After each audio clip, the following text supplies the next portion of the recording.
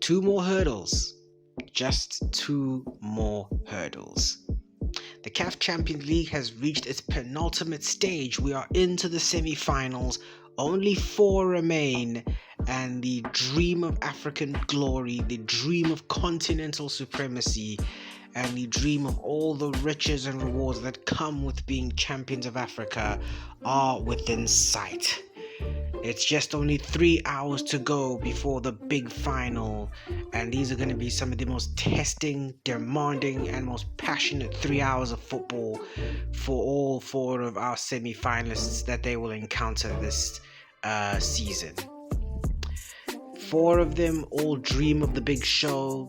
All four of them, to an extent, deserve to be in the big show, but only two can make it. And now we will have the unenviable task of splitting those two. Hi, I'm the Football Otaku, and welcome to my preview and predictions for the CAF Champions League semi-finals. Thanks for the recent support I've been getting in one of my short videos. I'm definitely going to be making a few of those, a few more of those. In fact, you can give me some ideas in the comments of what other shorts you'd want me to make. Anyway, thanks again for your support. You guys know what to do, to like, to share, subscribe, and even ring the notification bell. I mean, I don't ask for that lately, but yeah, ring the notification bell just in case you guys want to be updated on when I upload next. But enough of the introductions. You guys know who I am. You know why we're here. So let's get started. Starting with Semi-final 1 as Renaissance Sportif du Berkane take on FAR Rabat of Morocco. It's a big derby game. It's a intra-national fixture as two of Morocco's entries into the CAF Champions League clash here as defending league champions RS Berkane take on FAR Rabat. This is a historical tie on all accounts, as for the first time two Moroccan teams will be facing each other in the CAF Champions League, and for two sides this will be a very much either a first visit to the semi-finals or a first visit in a very long time. For RS Berkane, this is their first ever CAF Champions League semi-finals. I mean, they're not alien to this part of the competition. I mean, they are multiple-time CAF Confederations Cup winners, so of course they've played semi-finals before, but they've never played a semi-final in this competition, so they enter into uncharted waters. While FAR Rabat, winners in 1971, the first Moroccan side to win the African Club Championship, this is their first semi-final since that victory. So it's been a long time coming for these two sides, and these two sides have fought their way through. They haven't had it easy all along the way. For RS Berkane, they needed a last-minute goal to see past Al Hilal. I mean, they needed goals on both ends. I mean, they needed a last-minute penalty to equalize, and Shahir, the hero again, would score a last-minute winner to send the Orange Boys into their first ever semi-finals. So they are masters of the late show, are the team from the northern part of the country. While for FAR Rabat, after surviving the group of death with Al Ahly, they were able to get past and really, you could argue, produce one of the upsets of the knockout rounds, defeating defending champions Pyramids in Cairo to secure a place here. Now, this is, like I said, this is going to be a very interesting tie, and I'll start with RS Berkane. Their star player, or my man to watch for this tie, is definitely going to be Moamin Shahir. He's been the star of the RS of the tie. I mean, it was his penalty that got past, that saved, the home leg against Al Hilal, and it was his last-minute goal that actually saw RS Berkane defeat Al Hilal to get to the semi-final. He's a dangerous player in the box. Him and Bassan have really been these sorts of focal points for RS Berkane in this run so far in the Champions League. They scored some very important goals in the groups as well. And they're a team that, although I've put them a bit on fraud watch, and this is my personal sort of opinion, they've been a team that have been survivors. They survived the quarterfinal, maybe had a bit of their dent in their quality or dent to their reputation with the group stage or some of their defeats in the group stage. But sometimes you need to survive and you need to grow in these competitions. And sometimes you don't necessarily have to play your best all the time or be impressive all the time to progress in this competition. And that's probably been the one thing with the RS Berkane that has been the motto of this competition. I mean, of course, they had a fair enough group. I mean, I think we all felt they were going to go through anyway, but they were really tested in that quarterfinal tie, and they've come out the other side. They've shown that they do belong, and they know what it takes to win a CAF Champions League knockout tie. So it's going to be very, very challenging for them, and they're definitely going to be very, very unique opposition for FAR Rabat. So that's going to be my star man for FAR Rabat. My star man is Reda Slim. I mean, he scored the first goal, of course, and he's going to be a focal point for FAR Rabat, especially in that tie against Pyramids. He was a huge focal point, scored the first goal of the second leg of the quarterfinal, and he's definitely going to be the attacking force for the capital club. For FAR Rabat, I mean, like I said, they survived the group with Al Ahly that was very, very slender, but the tie against Pyramids was where they really shone. They took the lead in the tie, but sadly were pegged back. But their performance in Cairo was absolutely incredible. I mean, it was a tie that really, they were able to take the tie away from the defending champions. They were dominated in some cases, but show that they can take their chances. And it means that in football, you need to take your chances to win your games. I mean, it's quite simple math in football, and that's what FAR Rabat did. They're very dangerous with balls into the box, so that's going to be very interesting as well. And they're a side that, especially under Alessandro Santos, the coach, they've shown that they can definitely be very innovative in attack, although balls in the box seems to be their favorite sort of attacking motion. And they've seemed to have grown as the tournament has progressed. I mean, of course, they were in a very difficult group, very difficult start, but they've started to get stronger and stronger and stronger, and have been strong enough to knock out a very good Pyramids team, a Pyramids team that is very, very attack heavy, and to eliminate them is such a massive achievement for the team from the capital, from the Royal Men from the capital. It's a huge result for them, and now to be in this what is an iconic match. I mean, their fans are absolutely buzzing to play this kind of game, and it's going to be against a team that they know pretty well, knowing that of course these two teams are from the same league. It's a team that they know each other very, very well, and they'll definitely fancy themselves to progress.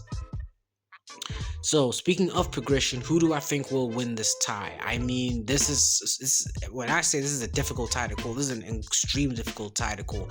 These kind of matchups, two teams from the same country, it's very, very difficult to call, because these two know each other so well, because you share a league, you watch each other play, you play each other on quite regular basis. And not only does that help, but not only does that not help, but also doesn't help that these two will be playing each other for the very first time at this level. So we're going into this absolutely blind. There's not much to hide that the two teams can hide from one another. So there's not going to be a lot of surprises that's going to be had. It's going to be a very difficult tie to call, but I think this is going to be probably my head on the block prediction.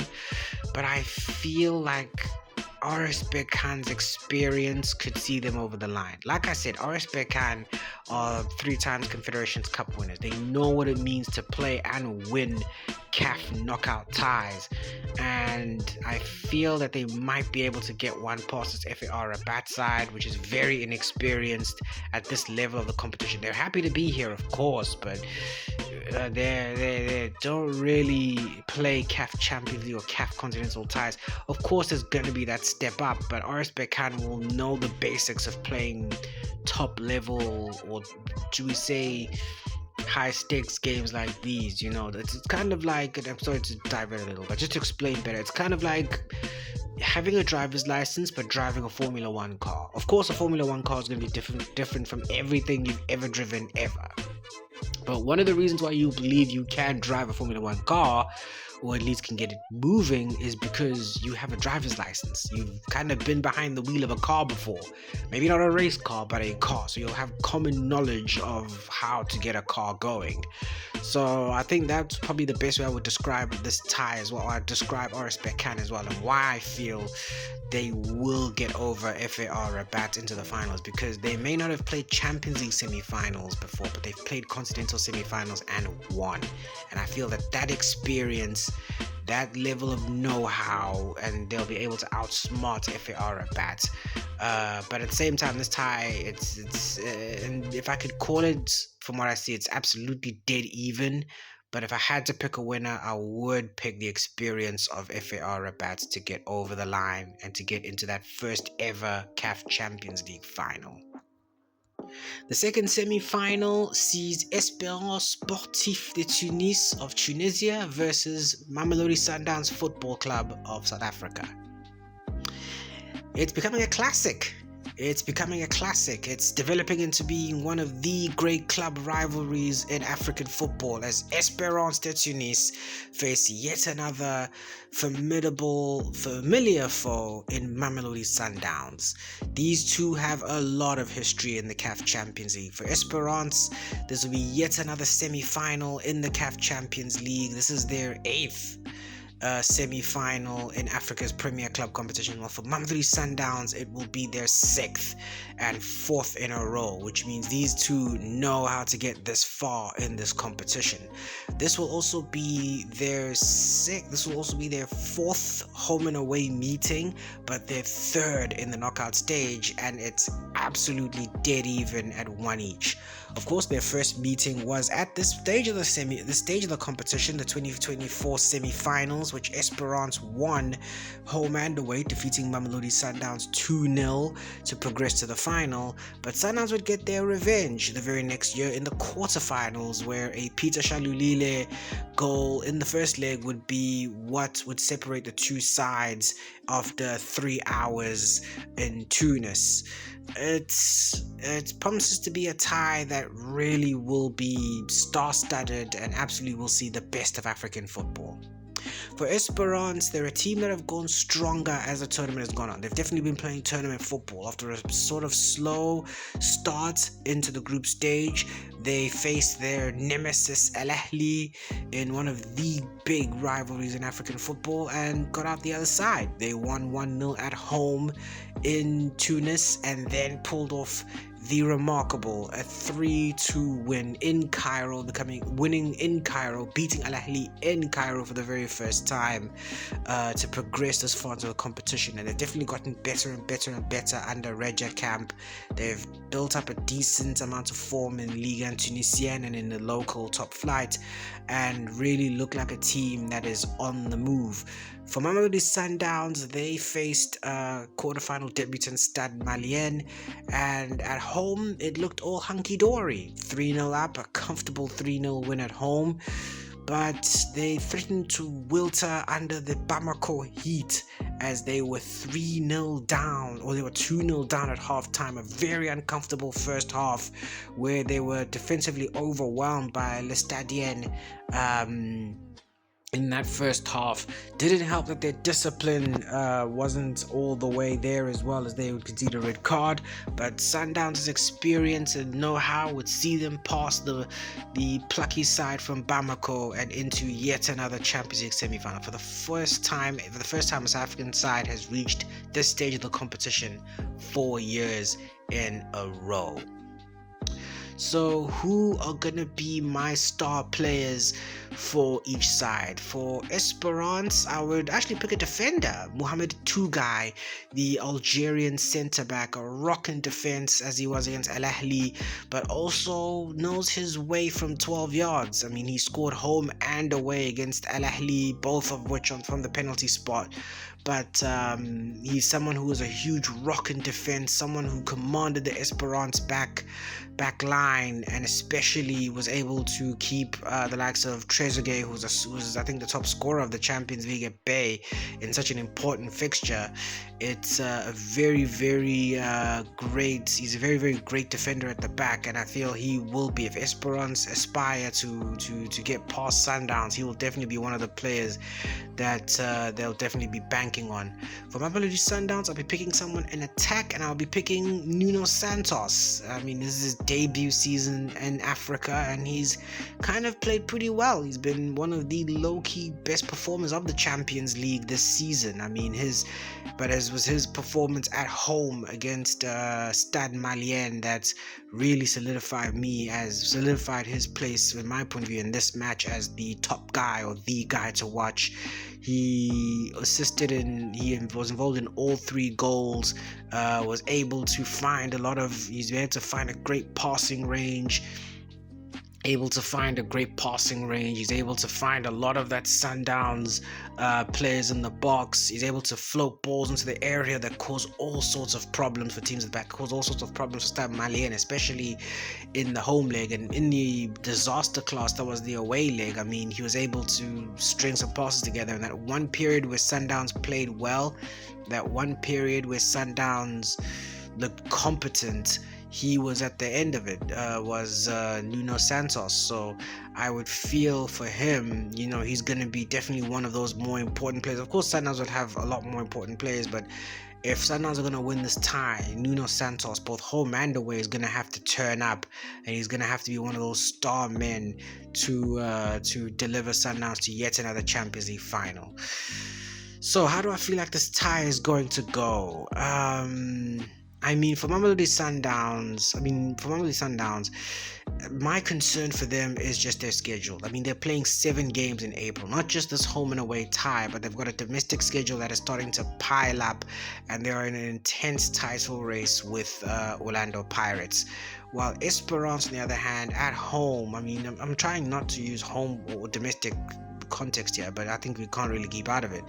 For Esperance, they're starting to sort of build under Regia Camp. Of course, they changed coach, and they're starting to look better and better and better. I mean, in the group stages, they looked really, really shaky, looked very unsure of themselves, didn't really look comfortable. But now, since Regia Camp has come in, Esperance have looked absolutely wonderful. They look resilient. They look like they're starting to buy into his vision.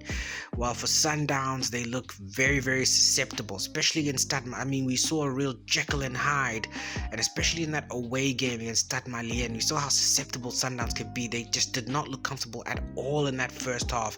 If it wasn't for VAR, Stade Malien would have easily been 3-0 up at half time and have wiped away that deficit. So it's how soon Sundowns can get their ship in order. But I feel with the piling domestic schedule, with the susceptibility of their attack, especially the susceptibility of their defense, especially away from home, they haven't looked all the way comfortable, Mamelodi Sundowns, and I fear they could run out of gas as the season goes into its conclusion. I think Esperance might be my team to win this tie, because I feel like they've got their ship in order. I feel like they've sort of got their bearings, especially under Regia Camp, Patrice Boumel. I'm thinking about someone else, sorry. Patrice Boumel, the new manager coming in. Patrice Boumel coming in, I feel like they've got their ship in order, they've got their identity, and they'll definitely be very buoyant after knocking out Al Ahly, especially against a Sundowns team that a bit Jekyll and Hyde, especially under Cardoso. They're a little bit Jekyll and Hyde, a little bit team that's not necessarily sure of themselves, and a team that, although are hungry for Champions League success, you feel that there's a lack of stability there that they can definitely prey on. So again, Sundowns are gonna have to put in a real hard shift in these 3 hours in these 2 home and away ties. But I feel Esperance will have the wherewithal, they will have the sort of stability, and I feel they'll have the mental fortitude and the mental sort of edge over Mamelodi Sundowns. So my winner for this tie will be Esperance de Tunis. That's it. That is the end of the video. Thanks for sticking around. You're an absolute warrior if you have. So, what are your predictions? What are you looking forward to in the semi-finals? Who do you think is going to be in the CAF Champions League final? Don't forget to hit us up in the comments. Thanks again for sticking around, and also look out, like, share, and subscribe, and look out for when I upload next and my coverage of the CAF Champions League. But until then, it's been your boy, the Football Otaku, and never forget, real football always wins. Check you on the flip side. Deuces. Bye bye.